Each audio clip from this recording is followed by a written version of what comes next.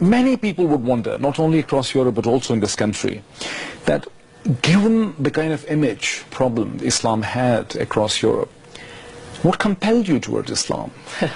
Good question. I had the same image initially of Islam. You had the same image? That everybody else has, because I only knew about Islam from the media, which wasn't very positive, and it wasn't very much. So when I was introduced to Islam by somebody who was just in the process of finding his faith, not a long-bearded mullah, but actually a handsome sports star, Imran Khan at the time, who had just won the World Cup for Pakistan, but it had completely passed me by because I'm German. I don't know, we don't have cricket in Germany. So anyway, I was introduced to Islam through him. He gave me books to read, you know, and I met a lot of Muslims, and in a nutshell, I was captivated intellectually by the message, by the clear doctrines. I loved the culture, you know, the Sufi music. You said something very interesting. You said you met someone who was himself in the process of discovering his faith. What do you mean by that? Well, I mean, at the time he was reading and studying Islam. This is 1992. Yeah, 1992 he was studying Islam intensely. He was buying a lot of books on Islam and shared them, you know, with me and with his other friends. And I was always interested in philosophy. I had an interest in ethics and spirituality. So, you know, I was captivated. I just started devouring these books. And I realized very quickly this is true, you know, there's the truth here. Thinking, you know... Imran introduced you to Qawwali, to Sufism. As well, yeah. So it was really the Nusrat Fateh Ali Khan, him translating the lyrics, that touched me more deeply than any pop song on MTV. And it was the Sufi music that opened my heart to the culture and religion of Islam. The reading came later.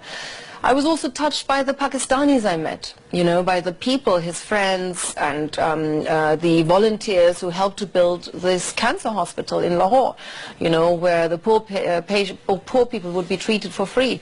I was very touched by this effort, you know, how he managed to raise all these funds with an army of volunteers around the world who all wanted to be part of this project for no ulterior motive, just to serve God. When we talk about Imran Khan, inspiring you towards Sufism and Qawwali and Islam and books and reading. When you hear his critics, especially the feminists and the liberals in Pakistan, they think that Imran is naive, has no substance, he's not deep enough for the politics, he's ultra-conservative, he's an Islamist.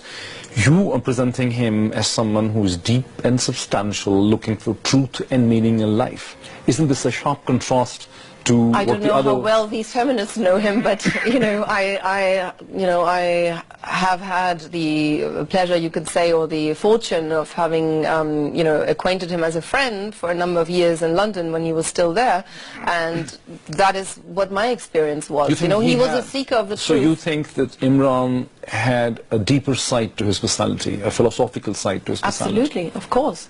I was reading, you know, we were reading books, there was so many books, debating, you know, and he did basically dawah on me for 3 years, you know, telling me every single detail about Islam, the position of women, this, that, you know, the afterlife, asking profound questions, you know, what is the purpose of life?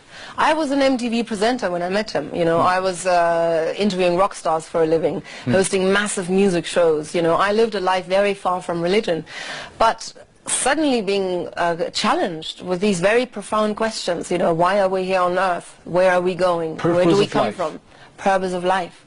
I hadn't had time to think about such things.